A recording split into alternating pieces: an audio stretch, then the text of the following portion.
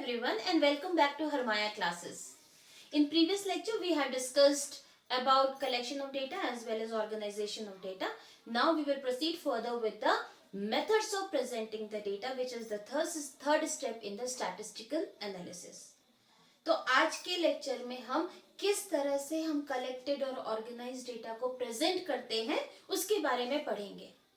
तो डेटा का जो प्रेजेंटेशन होता है, there are 4 methods of presenting the data.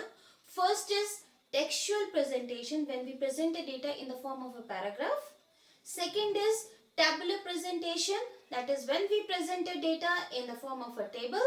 Then diagrammatic presentation, we present data in the form of a diagram like bar diagram or pie diagram. And then the graphical presentation, when data is presented on a graph.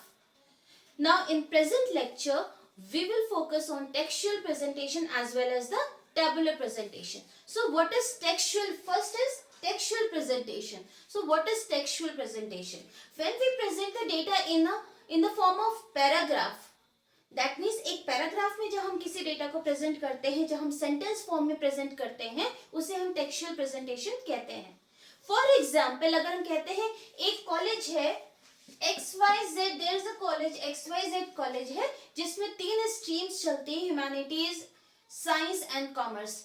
मान लीजिए इसमें science में 1100 students हैं, commerce में 700 students हैं and arts में 200 students हैं. That means overall यहाँ पे 2000 स्टूडेंट्स हैं. हम इसको पैराग्राफ फॉर्म में लिख सकते हैं कि एक XYZ कॉलेज में 2000 स्टूडेंट्स पढ़ते हैं, जिसमें से 1100 साइंस स्ट्रीम में है, 700 कॉमर्स स्ट्रीम में है और 200 आर्ट्स स्ट्रीम में है. तो हमने इसमें क्या किया है, पूरे डेटा को एक पैराग्राफ में, सेंटेंस में हमने इसको प्रेजेंट किया है. अब टेक्सचुअल प्रेजेंटेशन की लिमिटेशन क्या होती है कि अगर डेटा बहुत ज्यादा वॉल्यूम का डेटा होता है, large volume of the data होता है, in that case it is not possible to present it in the form of a text, because अभी तो हमारे पास सिर्फ 4 वैल्यूज हैं, total students, science, commerce and arts, तो हमने लिख के दे दिया. लेकिन अगर इसी में बहुत सारे हमारे वेरिएबल्स हो जाते तो टेक्स्ट फॉर्म में इसको हम नहीं प्रेजेंट कर सकते थे. सेकेंड थिंग, टेक्सचुअल डेटा को समझना भी मुश्किल होता है, हमें दिमाग लगाना पड़ा. अच्छा इतने बच्चे इसमें, अगर ये चीज हम टेबुलेशन में या टेबल फॉर्म में देते तो शायद इजिली अंडरस्टैंडेबल था. थर्ड प्रॉब्लम इसमें क्या होती है, अगर मुझे टेक्सचुअल डेटा देना है तो पहले तो मुझे उस डेटा को पूरी तरीके से स्टडी करना पड़ेगा, एनालाइज करना पड़ेगा, देन उसको सेंटेंस फॉर्म में प्रेजेंट करना पड़ेगा. तो इसीलिए textual presentation of the data बहुत कम यूज होता है, और जब डेटा साइज बहुत छोटा होता है यूजुअली तभी उसको यूज किया जाता है. Second form of the presentation of data is tabular presentation. It is the easiest and simplest way to present the data.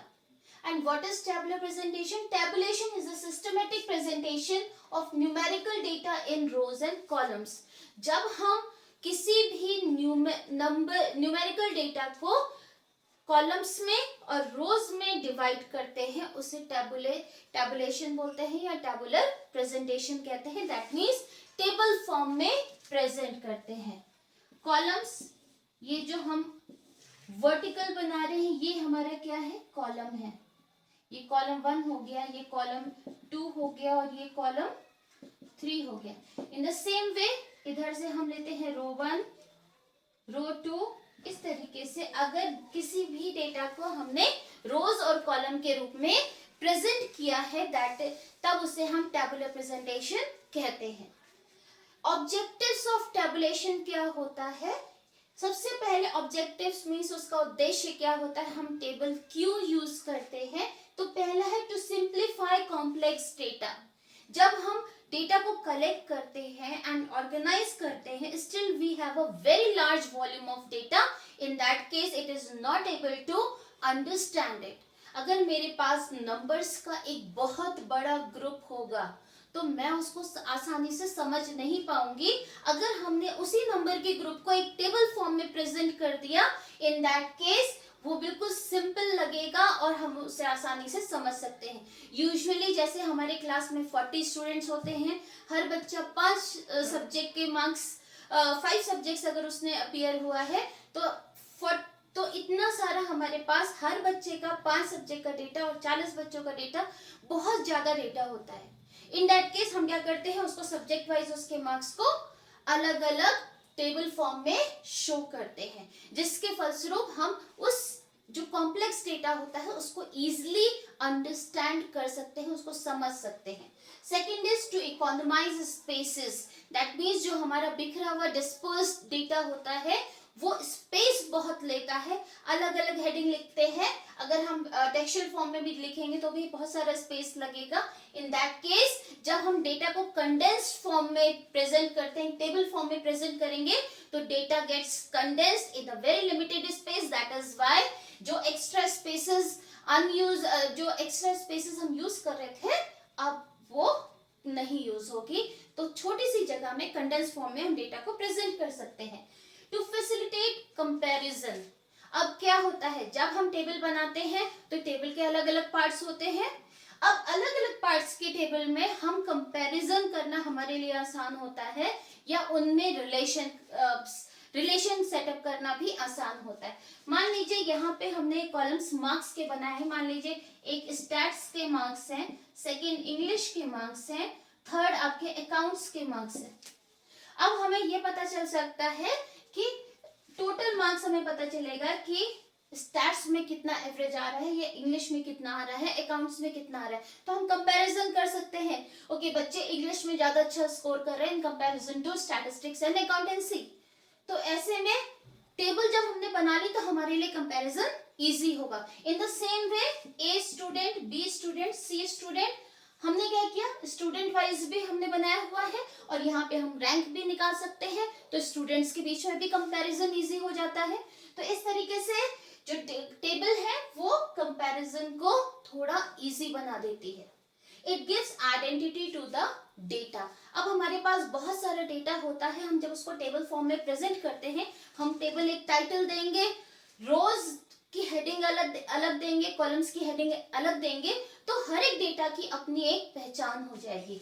मान लीजिए यहाँ पे मैंने डाला 50, अब इस 50 की आइडेंटिटी क्या है, इस 50 की आइडेंटिटी क्या है कि 50 marks has been scored by student A in statistics. तो इसको एक पहचान मिली है, 50 की एक पहचान है, क्या है, एक स्टूडेंट ए का स्टैट्स में स्कोर किया गया मार्क्स। तो इस तरीके से दूसरा, अगर हमने यहाँ पे मार्कशीट कर देते हैं तो इस पूरे डेटा को एक आइडेंटिटी मिल गई है, क्या है ये पूरा डेटा, मार्कशीट है।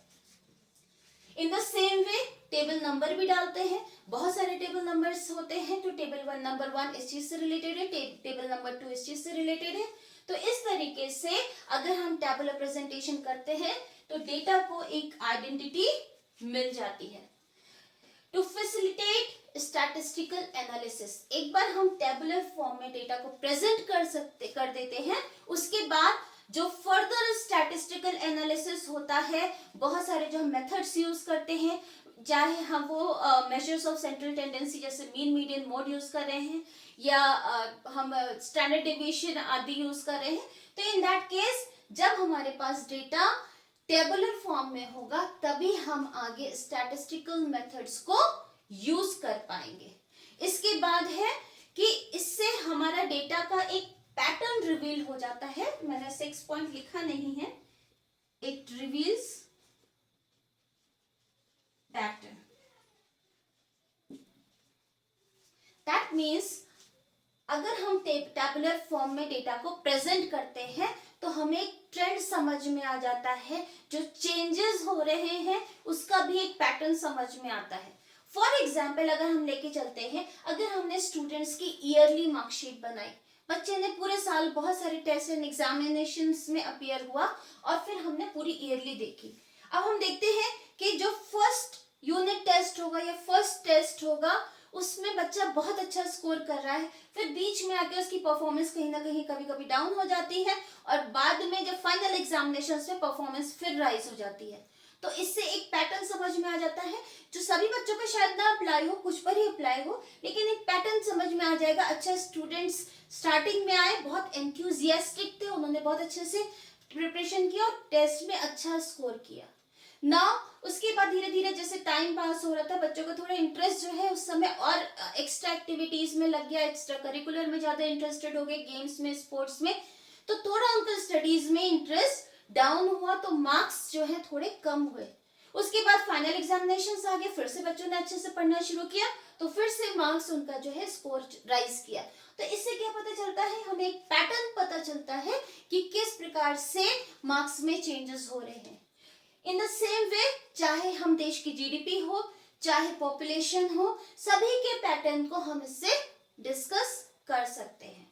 तो ये तो हमारे थे टेबुलर प्रेजेंटेशन के ऑब्जेक्टिव्स। अब हम देखते हैं टेबल के पार्ट्स क्या होते हैं। हम डिफरेंट टाइप्स ऑफ और different parts of the table के बारे में स्टडी करेंगे। ओके, अब हम देखते हैं पार्ट्स ऑफ द टेबल क्या है, लेकिन उससे पहले हमें ये भी देखना है कि classification versus tabulation. Usually classification versus tabulation, हमें क्लासिफिकेशन ऑफ डेटा और टेबुलेशन ऑफ डेटा हम अलग अलग तरीका समझते हैं कि दोनों ही डेटा को प्रेजेंट करने का एक मेथड होता है। लेकिन classification versus and tabulation, both of these things go together.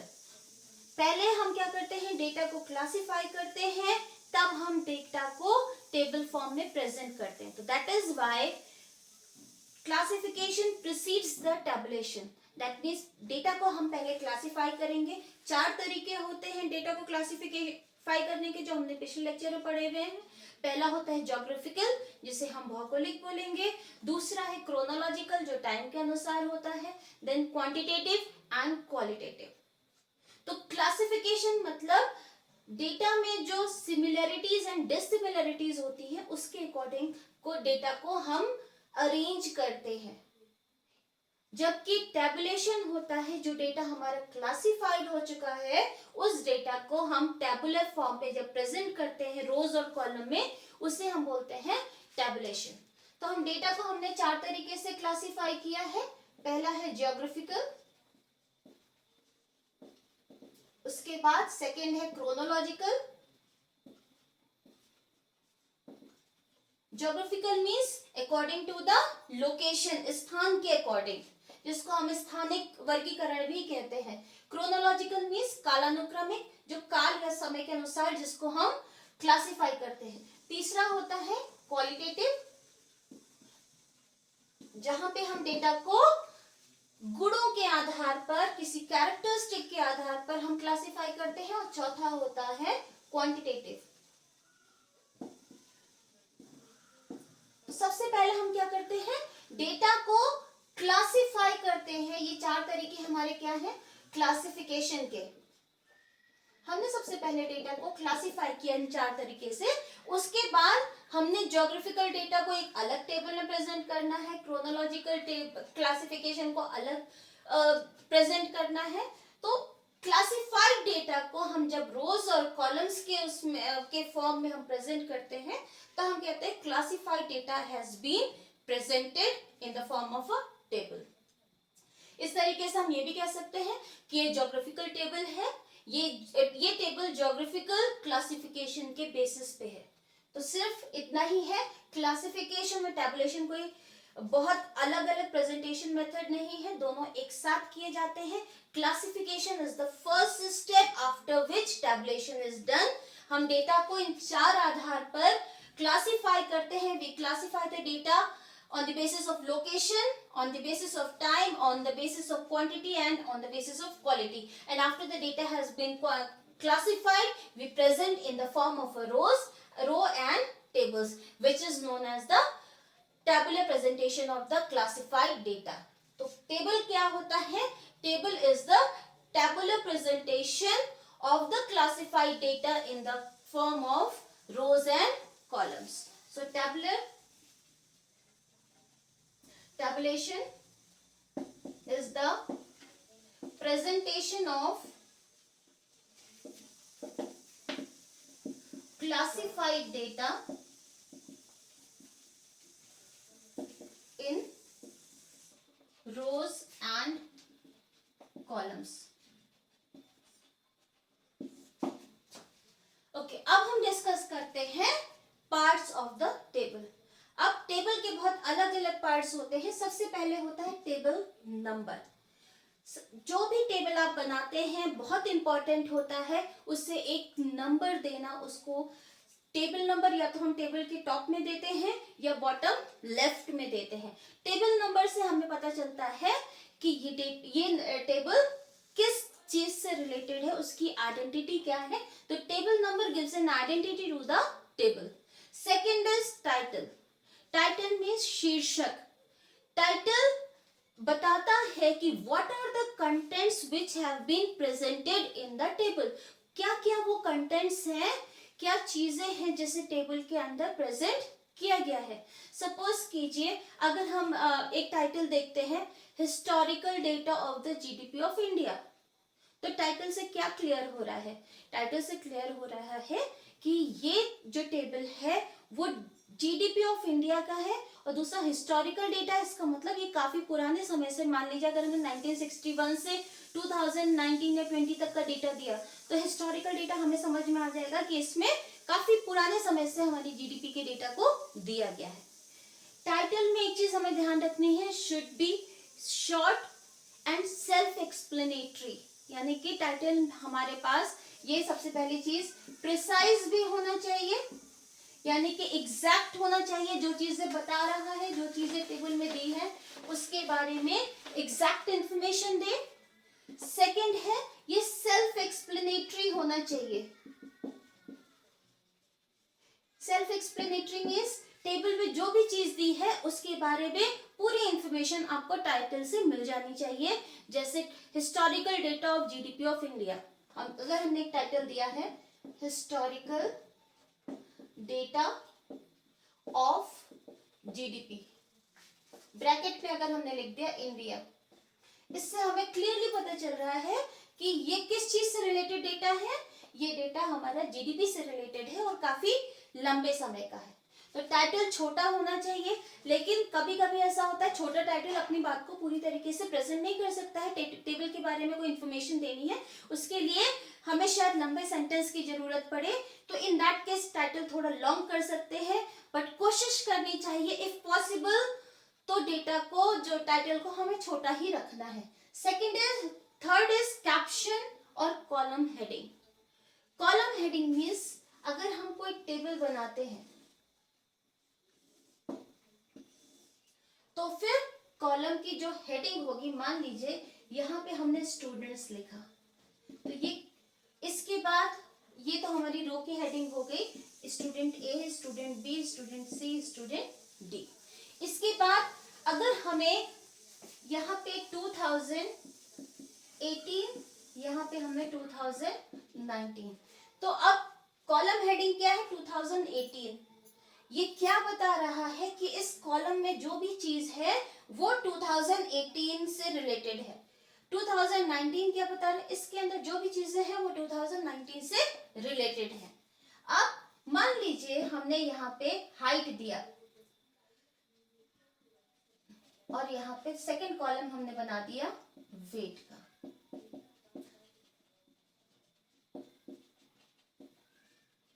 अब इससे क्या पता चल रहा है कि 2018, देखिए ये हमारी कॉलम हेडिंग हो गई है, ये कॉलम सब हेडिंग हो गई है। अब इस सब हेडिंग से पता चल रहा है ए स्टूडेंट की 2018 में कितनी हाइट थी और बी, और 2018 में उसका वेट कितना था। उसी तरीके से ए स्टूडेंट का 2019 में कितनी हाइट थी, 2019 में वेट कितना था। तो कॉलम जो कैप्शन है या कॉलम हेडिंग है वो कॉलम हेडिंग भी हो सकती है, इसके अलावा सब हेडिंग भी हो सकती है। यहाँ पे हमने, ये तो कॉलम हेडिंग हो गई, और यहाँ पे ये वेट और हाइट क्या हो गए हैं, कॉलम की सब हेडिंग। कॉलम सब हेडिंग जो है स्मॉल लेटर से लिखना चाहिए, या कॉलम हेडिंग एंड सब हेडिंग हमारी स्मॉल लेटर से होगी। ये क्या बताता है कि इस कॉलम में कौन सी इंफॉर्मेशन दी गई है। अगर हम ये वाला कॉलम हाइट वाला देखते हैं तो हमें पता है इस कॉलम में 2018 में स्टूडेंट्स की हाइट कितनी है। एक चीज और है, अगर जो डिफरेंट कॉलम्स हैं उन डिफरेंट कॉलम्स में जो भी वेरिएबल्स दिए गए हैं उनकी जो मेजरमेंट यूनिट है, यूनिट ऑफ मेजरमेंट है, अगर अलग अलग है तो फिर हम यहीं पर यूनिट ऑफ मेजरमेंट भी शो करेंगे। फॉर एग्जाम्पल हाइट किस में शो की जाती है? हाइट होती है सेंटीमीटर्स में या फीट में। मान लीजिए हाइट हमने यहाँ पे सेंटीमीटर्स में लिखी हुई है, वेट हमारा किलोग्राम में होता है, केजी में। तो अगर उसी तरीके से यहाँ पे सेंटीमीटर, यहाँ पे केजी, जब हमारा, I will remove this line, अगर यूनिट ऑफ मेजरमेंट पूरे टेबल में एक नहीं है, मान लीजिए पूरी टेबल में सिर्फ एक ही यूनिट ऑफ मेजरमेंट होती सेंटीमीटर, तब हम इसको यहाँ पे नहीं लिखते, तब हम टेबल की हेडिंग या टाइटल के साथ लिखते। लेकिन यहाँ पे यूनिट ऑफ मेजरमेंट, अब इस कॉलम में सेंटीमीटर में मेजर हो रहा है जो भी वेरिएबल है, इस कॉलम में जो वेरिएबल है वो वेरिएबल किलोग्राम में मेजर हो रहा है। तो जब हमारा यूनिट ऑफ मेजरमेंट अलग होता है तो वो कॉलम हेडिंग के साथ दिया गया होता है। तो कॉलम हेडिंग क्या होती है? कॉलम हेडिंग बताती है कॉलम के नीचे कौन से कंटेंट है। कॉलम हेडिंग कॉलम सब हेडिंग भी हो सकती है। पॉइंट नंबर 2, कॉलम हेडिंग हमेशा स्मॉल लेटर्स में लिखते हैं क्योंकि स्पेस ज्यादा ऑक्यूपाई ना करे। अगर हमारे टेबल में जो वेरिएबल्स है वो डिफरेंट है, मतलब अलग अलग चेंज हो रहे हैं वेरिएबल्स की यूनिट, तो फिर यूनिट ऑफ मेजरमेंट भी हम कॉलम हेडिंग के साथ ही शो करेंगे। इसके बाद नेक्स्ट हमारा आता है स्टब या रो हेडिंग। अगर हमने कोई टेबल बनाया और ये student A, student B, student C and student D, ये क्या है? डिफरेंट रोज है। अब स्टूडेंट ए क्या है? इस रो की हेडिंग है, स्टूडेंट बी इस रो की हेडिंग है। तो रो हेडिंग क्या बताती है कि जो आपकी हॉरिजॉन्टली जो डेटा प्रेजेंट किया गया है हॉरिजॉन्टल रो में, वो डेटा क्या है। अगर मान लीजिए अगर हमने मार्क्स यहाँ पे दिखाए हैं या इनफैक्ट हमने हाइट एंड वेट शो किया था, तो रो हेडिंग क्या बता रहा है कि ये जो डेटा इस टेबल इस रो में है वो डेटा किसका है? ए का है, ए स्टूडेंट का है। तो रो हेडिंग बताता है कि रो में कौन से कंटेंट है। तब है नेक्स्ट बॉडी, यानी कि टेबल का मुख्य भाग। टेबल का जो मेन पार्ट होता है वो न्यूमेरिकल डेटा प्रेजेंट किया जाता है। मान लीजिए हाइट है 165 सेंटीमीटर और वेट है 60 केजी। तो क्या है ये जो न्यूमेरिकल, हम यहाँ सेंटीमीटर इसलिए नहीं लिख रहे क्योंकि हमने यहीं पे सेंटीमीटर दिखा देना है कॉलम हेडिंग में, और यहाँ वेट केजी हम यहाँ पे शो कर रहे हैं। जैसे यहाँ पे हाइट दिया सेंटीमीटर्स, यहाँ पे हमने वेट दिया ये किलोग्राम्स। तो बॉडी क्या बता रहा है? बॉडी इस कॉलम या रो में जो भी इंफॉर्मेशन दी है उससे रिलेटेड जो भी आपका न्यूमेरिकल डेटा है वो मेन बॉडी या मुख्य भाग में प्रेजेंट किया जाता है। ये जो हमारे सेल्स हैं, ये या जितने भी सेल्स हैं, ये सेल्स हमारे टेबल के मेन पार्ट में होते हैं। जो डेटा होता है, जो इंफॉर्मेशन होती है वो होता है, और इसी के आधार पर आगे स्टैटिस्टिकल एनालिसिस किया जाता है, स्टैटिस्टिकल इन्वेस्टिगेशन की जाती है। सिक्स्थ है unit of measurement. Unit of measurement that means माप की इकाई। हमने ऑलरेडी डिस्कस किया हुआ है कि जो वेरिएबल्स है इसमें वो किस चीज में प्रेजेंट किए जा रहे हैं। कई बार होता है जैसे हम जीडीपी की बात करें तो जीडीपी, अगर आपका हमने यहाँ पे जीडीपी टेबल टाइटल है आपका जीडीपी। अब जीडीपी किस में एक्सप्रेस किया जा रहा है? यूएस डॉलर में अगर एक्सप्रेस किया जा रहा है तो यहाँ पे यूएस डॉलर। अगर ट्रिलियन यूएस डॉलर प्रेजेंट किया जा रहा है तो हम यहाँ पे लिख देंगे ट्रिलियन यूएस डॉलर। या कोई चीज हमने परसेंट में प्रेजेंट की जा रही है तो यहीं पे हम लिख देंगे परसेंट। तो यूनिट ऑफ मेजरमेंट होता है कि ये जो टेबल के अंदर कंटेंट्स दिए गए हैं, इन कंटेंट्स को की जो मेजरमेंट यूनिट है वो क्या है। तो अगर हमने यहाँ पे परसेंटेज दिए हैं किसी चीज के तो हम यहाँ परसेंट लिख सकते हैं। अगर हमने यहाँ पे ट्रिलियन यूएस डॉलर है, हम यहाँ पे ट्रिलियन यूएस डॉलर लिख सकते हैं, या जो भी वैल्यू हम यहाँ पे लिखना चाहें। इससे क्या होता है कि हमें ये पता चल जाता है कि टेबल में जो भी चीजें मेजर की जा रही हैं उसको वो किस यूनिट में गिवन है। लेकिन ये यूनिट ऑफ मेजरमेंट दो जगह दिखाया जा सकता है, एक तो टाइटल के साथ दिखाते हैं, दो जगह दिखाते हैं, एक तो टाइटल के साथ दिखाते हैं, दूसरा कॉलम ऑब्लिक रो हेडिंग के साथ दिखाते हैं। अगर यूनिट ऑफ मेजरमेंट हमारा चेंज हो रहा है टेबल में, तब हम क्या करेंगे, या तो कॉलम हेडिंग के साथ मेजर होगा या फिर रो हेडिंग के साथ दिखाया जाएगा अगर रो हेडिंग में वो चेंज हो रहा है। अगर पूरी टेबल में यूनिट ऑफ मेजरमेंट एक ही रहेगा तो हम यहाँ पे जो टेबल की टाइटल है उसके साथ उसको शो करेंगे। नेक्स्ट है हेड नोट। बहुत कभी कोई ऐसी इंफॉर्मेशन हो सकती है टेबल के बारे में जो क्लियर ना हो, ना तो टाइटल से ना कंटेंट से, या हमें कुछ एक्स्ट्रा क्लैरिफिकेशन देना है, तो फिर हम यहाँ पर टाइटल के नीचे एक हेड नोट लगा देते हैं जिसको हम ब्रैकेट में शो करेंगे। जैसे हमारा ये टाइटल है जीडीपी, इस टाइटल के नीचे एक हेड नोट लिख देंगे। अगर मान लीजिए हमको परसेंट में दिखाना है, जीडीपी ग्रोथ दिखा दी परसेंट में, तो पैराग्राफ में हमने क्या लिखा, परसेंट, या कोई और इंफॉर्मेशन लिखनी है इसके बारे में तो भी हम लिख सकते हैं। यूजुअली हेड नोट में यूनिट ऑफ मेजरमेंट लिखा जाता है, या कोई और इंफॉर्मेशन अगर हमें टेबल के बारे में लिखनी है तो वो टेबल के बारे में इंफॉर्मेशन हम लिख सकते हैं। लाइक जीडीपी ग्रोथ है, हमने परसेंट लिख दिया, या जीडीपी ग्रोथ है इंडिया लिख सकते हैं, इससे क्या पता चल जाएगा ये जीडीपी ग्रोथ कहाँ की है, इंडिया की हो सकती है, या फिर वर्ल्ड की कंट्रीज की हो सकती है, तो नेशंस ऑफ द वर्ल्ड हमने लिख दिया ब्रैकेट में। क्यों? क्योंकि वो चीज ना तो हमारे टाइटल में लिखी है ना ही हमारे कंटेंट में कहीं गिवन है। नेक्स्ट है फुटनोट। फुटनोट कई चीजें होती हैं टेबल के बारे में, शायद टेबल जैसे हेड नोट होता है वैसे टेबल के बारे में कुछ अगर क्लैरिफाई करना है, अलग से इंफॉर्मेशन देनी है, तो फिर यहाँ पर हम फुटनोट लिखते हैं टेबल के बिल्कुल नीचे। अब फुटनोट कभी कभी होता है एक से ज्यादा चीजें क्लैरिफाई करनी होती हैं, तो हम फुटनोट को नंबर्स देते हैं, footnote number 1, footnote number 2, footnote number 3। तो फुटनोट मतलब कोई भी चीज टाइटल या बॉडी या फिर कॉलम हेडिंग, रो हेडिंग या मेन कंटेंट से अगर क्लियर नहीं हो रही है तो फिर हम फुटनोट में उसको एक्सप्रेस करेंगे। Last part of the table होता है सोर्स।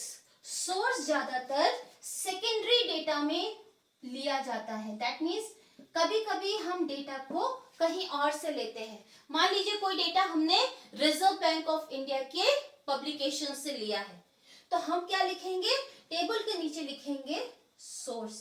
अगर आप कई बार मैगजीन्स में देखिए कई इंफॉर्मेशन होती है, जीडीपी से रिलेटेड डेटा होता है या पॉपुलेशन से रिलेटेड डेटा होता है, नीचे लिखा होता है सीएसओ या data take sources RBI, sources CSO central statistical office, जो अब चेंज होके एनएसओ हो गया है। तो यहाँ पे सोर्स गिवन होता है कि किस एजेंसी ने वो डेटा को पहली बार कलेक्ट किया है, हमने उस डेटा को खाली शो किया है। तो सोर्स मतलब इस डेटा जो हमने टेबल में जो कंटेंट शो किया हुआ है उस डेटा को हमने कहां से लिया है वो हमें यहाँ मेंशन करना होता है, अगर हम किसी और के द्वारा कलेक्टेड डेटा को यूज कर रहे हैं। अगर हमने खुद ही कलेक्ट किया है डेटा को तो फिर यहाँ पे सोर्स को लिखने की जरूरत नहीं होती है। तो ये थे पार्ट्स ऑफ द टेबल। अब हम एक टेबल को बनाकर देखते हैं कि अलग अलग पार्ट्स कहाँ पे लिखे जाते हैं। Let us understand the parts of the table with the help of following specimen of a table. Now, first is table number. Table number is 4.2. It gives the identity to the table. If we have to give the reference of this table anywhere, we have to mention as mentioned in table number 4.2. So 4.2 gives the identity to the table, so it is the table number. Second is worker population ratio in India in 2017-18. So this is the title of the table, and title gives the information about the contents of the table. तो title से हमें क्या पता चलता है कि table के अंदर contents क्या किस चीज से related है। Here the contents are related with the worker population ratio. That means how much percentage of the population is included in the work force in India. That means कितना हमारी जो जनसंख्या है उसका कितना प्रतिशत कार्यबल यानी कि श्रमिक जनसंख्या है, that is worker. Now this information is in the title. You have to give the information about the contents, about the location also, and about the time. So it is given, this information is about the India, that is location, and the time, that is 2017-18. This data is related to the year 2017 and 18. तो इससे हमें क्या पता चला, इसमें हमने स्थान भी बताया है, इसमें हमने टाइम भी बताया है, और ये कंटेंट किस चीज से रिलेटेड है हमने ये इंफॉर्मेशन भी इस टेबल में, इस टाइटल में दे दी है. Now second, next is head note. This is head note. Now head note tells about the information which is not given in the title nor it has been given in the table main body. ऐसी कोई information जो title में भी नहीं दी गई है और table की मेन बॉडी या मुख्य भाग में भी नहीं दी गई है, उसे हम एज हेड नोट के रूप में दे सकते हैं. हियर हेड नोट में हमने क्या दिया है, that the contents are given in the form of percentage, यानी कि जो डेटा आपका यहाँ न्यूमेरिकल डेटा प्रेजेंट किया गया है that has been presented in the percent form, that is it is 51.7%. This is 17.5%. Now this is the head note which is giving example which is giving information about the contents of the table which has not been given anywhere else. इसके बाद आते हैं हम column heading पे. Worker population ratio, this is column heading, also known as caption, जिसको हमने अभी caption के रूप में भी देखा, यानी कि ये हमारा स्तंभ शीर्षक है, कॉलम हेडिंग है जो ये इंफॉर्मेशन दे रही है.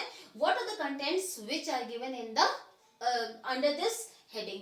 अब worker, this is the column heading, then this column heading has a sub heading also, क्योंकि हम यहाँ पे देख रहे हैं जो वर्कर पॉपुलेशन रेशियो है वो हम डिफरेंट लोकेशन का देख रहे हैं, दैट मीन्स रूरल एरिया का देख रहे हैं और अर्बन एरिया का देख रहे हैं. तो रूरल एंड अर्बन आर सब column heading. So this is the column heading worker population ratio and this is the sub column heading. That means अब हमें ये बता रहे हैं कि ये जो हमारा कॉलम है उस कॉलम के नीचे जो इंफॉर्मेशन है, ये जो डेटा है किस चीज से रिलेटेड है. 53.0 कहाँ से related, this is the worker population ratio of urban area. In the same way an urban area and related to the males, and this is the row heading and row heading is also known as stub. अब रो heading क्या बताती है कि इस रो में जो information दी गई है वो इंफॉर्मेशन किस चीज से रिलेटेड है. तो यहाँ पे जैसे मेल्स, कितने मेल्स रूरल एरियाज में, कितने अर्बन एरियाज में, ये टोटल नंबर ऑफ मेल कितने हैं जो वर्किंग है. दैट मीन्स रूरल एरियाज में 51.7% मेल्स वर्किंग है, on the other hand urban area में 53% मेल जो है वर्किंग है, और टोटल हमारे इंडिया में 52.1 मेल वर्किंग है. अगर भारत में 100 पुरुष हैं तो उनमें से 52.1% जो है मेल जो है वो वर्किंग है. तो ये क्या बता रहा है रो हेडिंग और स्टब, कि इस रो में इंफॉर्मेशन किस चीज से रिलेटेड है. नाउ नीचे सोर्स गिवन है. Source of the data is that this data has been taken by the data which has been collected by the NSSO. कि ये डेटा हमने कहां से लिया है, किसके द्वारा कलेक्टेड, द डेटा किसने कलेक्ट किया, एनएसएसओ ने कलेक्ट किया है, हमने उनके द्वारा कलेक्टेड डेटा को यूज किया है. The last is footnote. Footnote is any information which is given, which is given about the contents of the table. ऐसी कोई information जो इस content के बारे में दी जा रही है. Figures are rounded to one digit after decimal. इसका मतलब है कि यहाँ पे देखिए जो फिगर दिए गए हैं ये डेसिमल के बाद सिर्फ 1 डिजिट ही लिया गया है, उसके आगे के डेटा हमने नहीं लिए. हो सकता है ये 17.5 213 इस तरीके से कुछ हो सकता था, लेकिन हमने ये डेटा सिर्फ 1 डिजिट ही दिखाया है डेसिमल के आगे. तो ये इंफॉर्मेशन आपको फुटनोट में दी गई है. तो इस तरीके से टेबल के डिफरेंट पार्ट्स होते हैं और हर एक पार्ट की अपनी एक इंपॉर्टेंस, एक सिग्निफिकेंस होती है. इसलिए अगर हमें कोई टेबल बनाना है तो हमें ध्यान रखना होगा कि हमें ये सारी इंफॉर्मेशन टेबल में देनी है, चाहे हमें टेबल नंबर भी देना है, टाइटल भी देना है, head note, foot note, source, column heading and row heading, सारी इंफॉर्मेशन हमें देनी है। अब हम देखते हैं कि टाइप्स ऑफ टेबल या टेबल कितने टाइप के होते हैं। Now we will discuss the types of table. The first type of table is general purpose table. It is also known as repository table or reference table. जब हम raw data को present करते हैं तो वो जनरल पर्पस टेबल होती है. That means it contains the huge data in detail form and these tables are not prepared for some specific purpose. It contains various sort of information. जैसे for example मैंने एक छोटा सा example बनाया हुआ है. सेंसस ऑफ डेटा जो collect किया जाता है आफ्टर एवरी 10 years, जो हमारी जनगणना होती है, several informations are collected from the families. So what kind of information? Around 29-30 information are collected. However, I have taken only few of them. First of all, name लिया जाता है. आप परिवार के पास जाते हैं, वहाँ जिससे पूछते हैं उसके बारे में आप उसका नाम लेंगे, उसका gender, whether male or female, date of birth, marital status, religion, occupation, migration, reason of migration, place of migration. So these are the detailed information and various sort of information. यहाँ पे हम आगे लिटरेसी रेट भी होता है, number of family members भी होता है और भी बहुत सारी इंफॉर्मेशन होती है जो आगे मैंने इंक्लूड नहीं की है. अब मैरिटल स्टेटस किसी और चीज से रिलेटेड हो सकता है, रिलीजन अलग हो सकता है, माइग्रेशन, रीजन ऑफ माइग्रेशन, ये सारी चीजें अलग अलग डेटा है. तो that is why this table has not been prepared for some specific purpose. इसमें जो डेटा है that is in detailed form, large volume of raw data has been presented. ये ज्यादातर कहाँ का डेटा होता है? ये डेटा कलेक्ट किया जाता है usually by the government agencies. और इन टेबल से अगर हमें कोई स्पेशल स्टैटिस्टिकल एनालिसिस करनी है, we use the data which have been provided in these tables as reference. यहाँ से जो डेटा हम लेते हैं उसे रेफरेंस की तरह यूज करते हैं. Then we after deriving the data from these tables we make special purpose tables. तो दूसरा टाइप होता है स्पेशल पर्पस टेबल, जिन्हें हम समरी टेबल भी कहते हैं या फिर एनालिटिकल टेबल भी कहते हैं. समरी टेबल या फिर एनालिटिकल टेबल या स्पेशल पर्पस टेबल, अगर हमें कोई स्पेशल स्टैटिस्टिकल इन्वेस्टिगेशन इंक्वायरी करनी है then we use special purpose table. इसके लिए हम डेटा कहाँ से डिराइव करते हैं? We derive the data from the general purpose table. मान लीजिए सपोज हमारा इन्वेस्टिगेशन का जो टॉपिक है that is migration. People are migrating from one city to another city, one state to another state, even one country to another country also. In that case, we have to study the migration which is happening in our country, whether the people are migrating to other countries, the percentage of migration, the trends in the migration. If we have to study them, then what we have to do? We have to take the data which is related to migration only. तो यहाँ पे हमने क्या किया? सिर्फ वही data लिया है जो माइग्रेशन से रिलेटेड है, क्योंकि अगर हमें ये देखना है कि कितने परसेंट क्या ट्रेंड है हमारे माइग्रेशन का, कितने लोग माइग्रेट कर रहे हैं, अपने देश में कर रहे हैं, बाहर कर रहे हैं, देन वी हैव टू.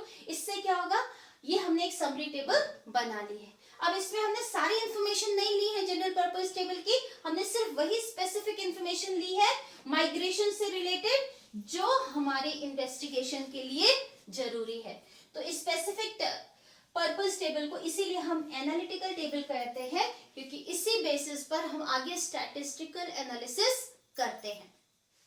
हमारा next type of the table होता है, third type of table is simple table, which is also known as one-way table. It is known as one-way table because it presents only one type of variable. So only one variable is presented.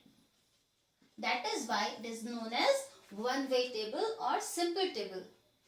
Univariate frequency distribution is also presented in one way, because in univariate frequency also only one variable is given.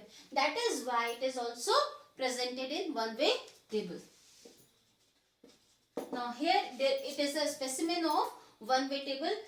Only one variable is given, that is streams are given. Now variable is streams, science, commerce and arts, and the number of students are there in the streams. So that is why these type of tables are known as one-way table or one variable table, because only one variable is given in the table. These tables are known as simple table. Now fourth type of table is complex tables. Now fourth type of table is complex table. Complex tables are those tables in which more than one characteristic or more than one type of variable is presented. Now complex table can be a two-way table if two characteristics are presented. It can be three-way table if three characteristics of table are presented, and it could be manifold table, that means when many characteristics or many variables are presented in one single table. Now I have given the example of two-way table as well as three-way table in this board. Now this is the example of two-way table. Here two characteristics have been presented in this table. Now one characteristic is boys and the other characteristic is girls. That means दो तरीके के जो variables हैं या दो तरीके के गुण हैं या कैरेक्टरिस्टिक्स इसको प्रेजेंट किया गया है इस टेबल में. जैसे साइंस स्ट्रीम में 900 बॉयज हैं और 300 गर्ल्स हैं, तो बॉय भी होना एक कैरेक्टरिस्टिक है, उसी तरीके से गर्ल्स होना भी एक कैरेक्टरिस्टिक है. यहाँ पे हमने दो कैरेक्टरिस्टिक को प्रेजेंट किया है, दो तरीके के वेरिएबल्स को प्रेजेंट किया है. तो ये वाली टेबल हमारी टू वे टेबल है. This is two way table because two types of variables are presented in this table. Now this is an example of three-way table because three types of characteristics or variables are presented in this table. Now one characteristic is boys, दूसरा है hostelers. It is hostelers means the number of boys who are living in the hostel, जो hostel में रह रहे हैं. Day scholar means the boys who are attending the school during the day time and they are going back to their own homes. तो यहाँ पे हमारे क्या दिखाया है, लड़के हैं जो हॉस्टल में रह रहे हैं और जो लड़के डे टाइम में स्कूल को अटेंड कर रहे हैं उसके बाद अपने घर वापस लौट जा रहे हैं. तो यहाँ पे हमने क्या किया, तीन वेरिएबल्स को दिखाया है. बॉयज एक वेरिएबल हो गया, हॉस्टलर एक हो गया, डे स्कॉलर एक हो गया. उसी तरीके से girls, hostellers and day scholar. तो इस तरीके से जब हम थ्री वे टेबल बनाएंगे तो फिर हम तीन कैरेक्टरिस्टिक्स को शो करते हैं. The third type of complex table is manifold table in which many characteristics और मैनी वेरिएबल्स आर प्रेजेंटेड, जहां पे बहुत सारे कैरेक्टरिस्टिक्स या फिर वेरिएबल्स को प्रेजेंट करते हैं. बहुत सारे मतलब more than 3 variables are presented. तो ये थे हमारे 4 टाइप्स ऑफ टेबल जिनके बारे में हमने पढ़ा. एंड नेक्स्ट क्लास में हम इसी लेक्चर को आगे कंटिन्यू करेंगे with another form of presentation of data. That's all for today. Thank you so much.